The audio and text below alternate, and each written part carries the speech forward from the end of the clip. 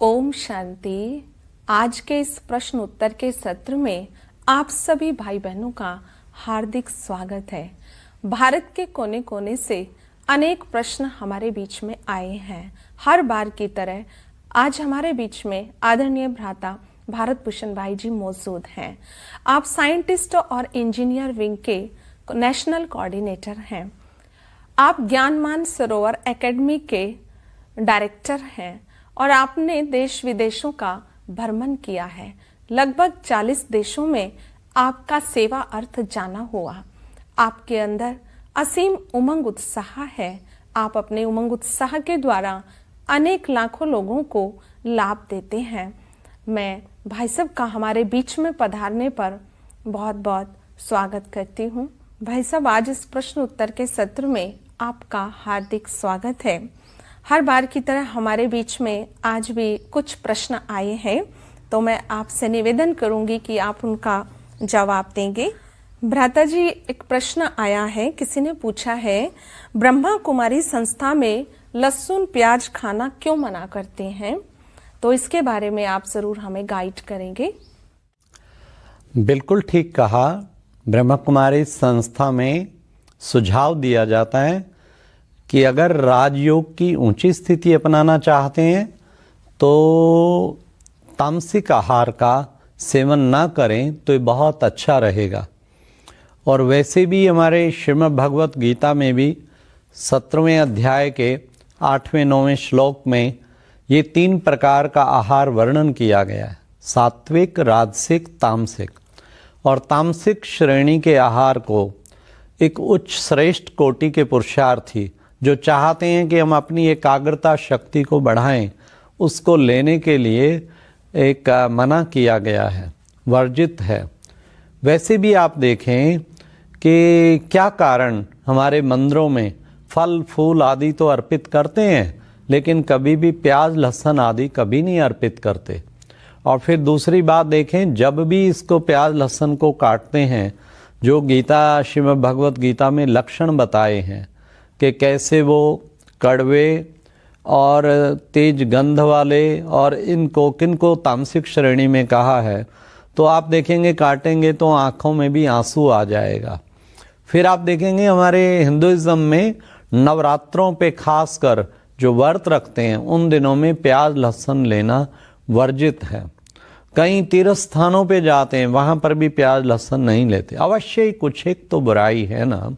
बुराई यही है कि इसमें जो है कुछ ना कुछ ऐसा इस तामसिक आहार में उत्तेजना वाले जो है वो अंदर जो है पैदा होती हैं, जिससे मनुष्य का गर्म स्वभाव भी बनता है और मनुष्य की वृत्तियां भी तामसिक बन जाती हैं। इसलिए क्यों, तामसिक आहार तो तामसिक वृत्ति बनेगी ना। तामसिक आहार तो खाने वालों के विचार भी तामसिक बनेंगे ना। इसलिए इसको जो है मना किया गया है कि प्याज लहसुन जो है वो ना ही खाएं तो अच्छा है। उससे आपके योग की स्थिति अच्छी बनेगी, योग में आप एक अच्छी एकाग्रता प्राप्त कर पाएंगे। और अनेक सब्जियां हैं, टमाटर है, धनिया है, अनेक चीज़ें हैं, सात्विक आहार बहुत हैं, फल फूल बहुत चीज़ें हैं, आप करें सेवन। केवल इन 2 सब्जियों को न केवल ब्रह्मा कुमारीज बल्कि कई धार्मिक संस्थाओं में और धार्मिक खासकर इन शास्त्रों में इस तामसिक आहार के अगेंस्ट कहा गया है। तो इसलिए हम इसको जो है अवॉइड करने का सुझाव देते हैं। और हमने देखा है लाखों भाई बहनों ने इसको अवॉइड करके, और उनका ऐसा अनुभव है कि उनकी योग में बहुत उच्च स्थिति उन्होंने बनाई है। भ्राता जी, दूसरा प्रश्न हमारे बीच में आया है कि ब्रह्मा कुमारी संस्था में ब्रह्म मुहूर्त पर इतना जोर क्यों देते हैं? तो इसके बारे में आप हमें गाइड करेंगे।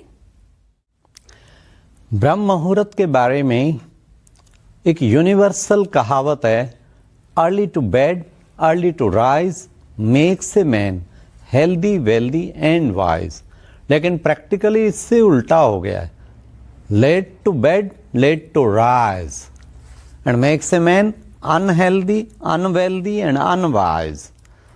तो इसलिए जो है ब्रह्म मुहूर्त का महत्व बताया जाता है। गुरुकुल में आज तक भी, प्राचीन समय से लेके आज तक भी ब्रह्म मुहूर्त सुबह सुबह उन्हें ब्रह्म मुहूर्त 4 बजे उठाया जाता है, क्योंकि अधिकतर शास्त्रों में, ग्रंथों में ब्रह्म मुहूर्त का टाइम 4 बजे निश्चित किया, 4 या उससे पूर्व आप उठें।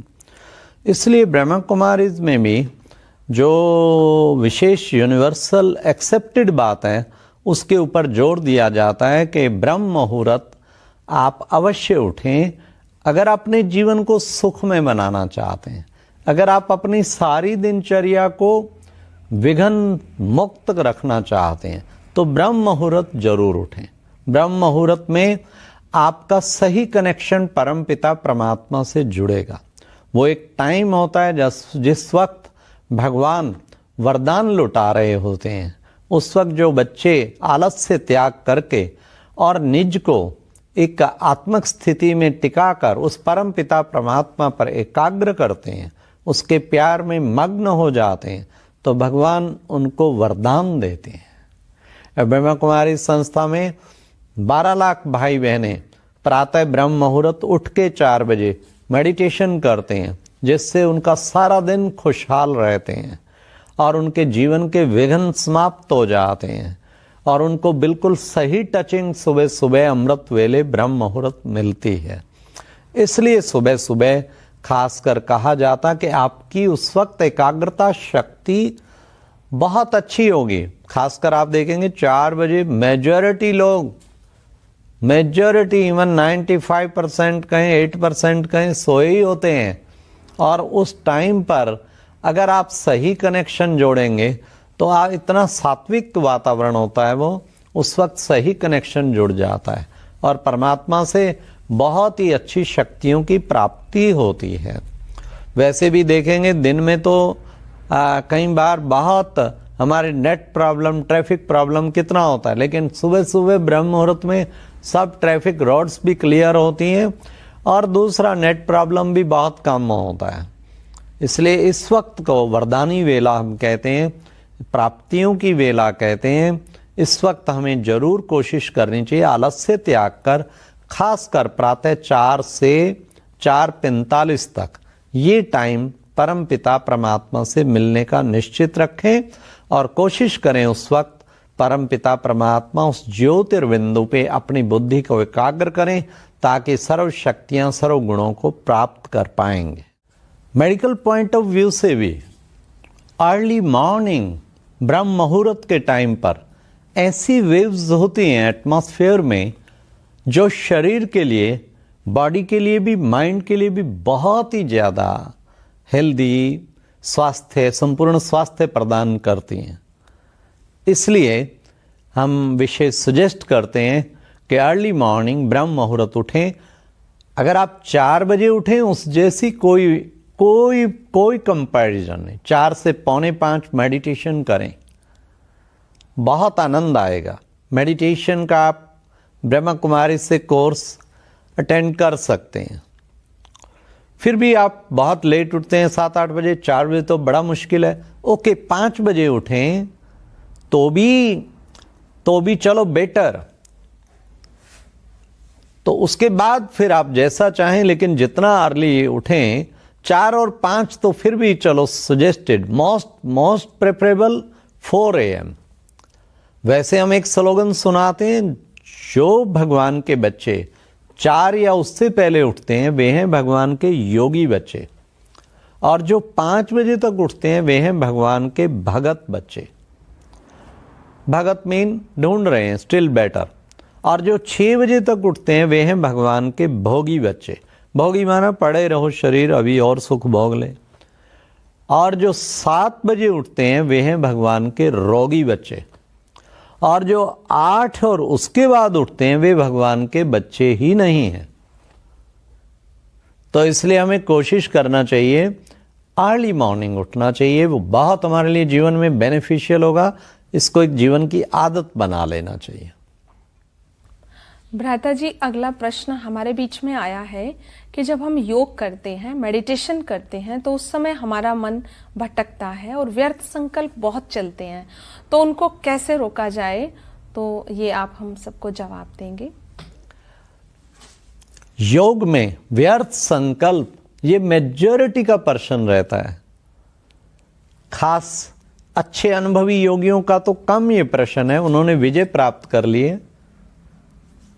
जब भी कोई श्रेष्ठ कार्य करने जाओ तो मनुष्य का नेगेटिव माइंड और उसके नेगेटिव थॉट्स और वेस्ट थॉट वो बीच में विघ्न डालते हैं, ऑब्स्टेकल पैदा करते हैं,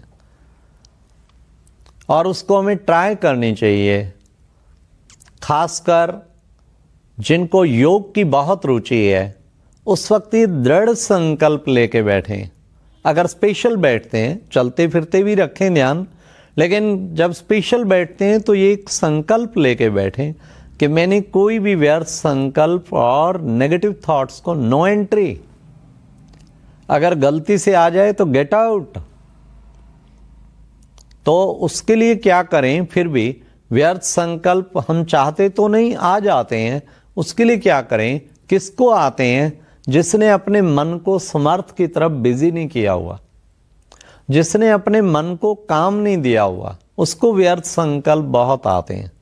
इसलिए मन को पॉजिटिव सम डायरेक्शन दो, तुझे क्या चिंतन करना है, फिर मन इधर उधर नहीं भागेगा। क्योंकि वैसे भी हम कहते हैं कि अगर आप विधि पूर्वक कोई काम करते हैं तो आपको सिद्धि जरूर मिलेगी। कहीं ना कहीं विधि की कमी जरूर है, तो ये विधि जो है उसको ठीक करने की जरूरत है।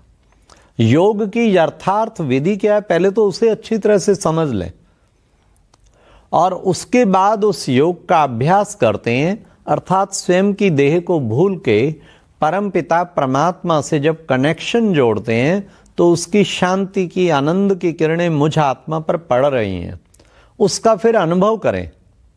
और उस योग का अनुभव बहुत ही अधिक, उससे आनंद आएगा और जीवन में अनेक शक्तियां प्राप्त होंगी। इसलिए व्यर्थ संकल्पों को खत्म करना चाहते हैं, कुछ पॉजिटिव थॉट मन को दे के रखें।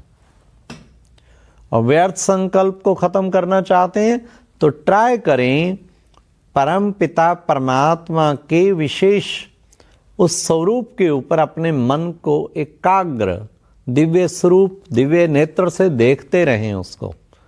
उससे जीवन आनंदित हो जाएगा और व्यर्थ संकल्पों से मुक्त हो जाएंगे।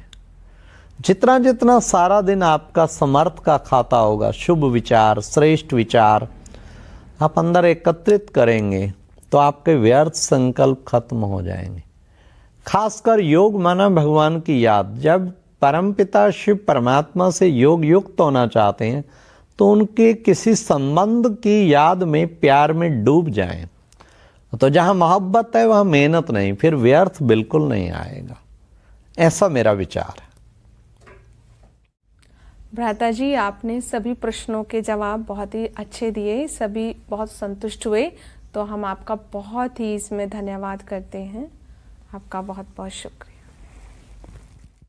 आप सभी भाई बहनें भी जरूर इन प्रश्नों का उत्तर सुनकर के सभी संतुष्ट हुए होंगे, मुझे पूरी उम्मीद है। तो मैं आप सभी का भी बहुत बहुत धन्यवाद करती हूँ और भाई सब का भी बहुत बहुत धन्यवाद करती हूँ। फिर हम अगले सत्र में मिलेंगे इसी तरह। ओम शांति।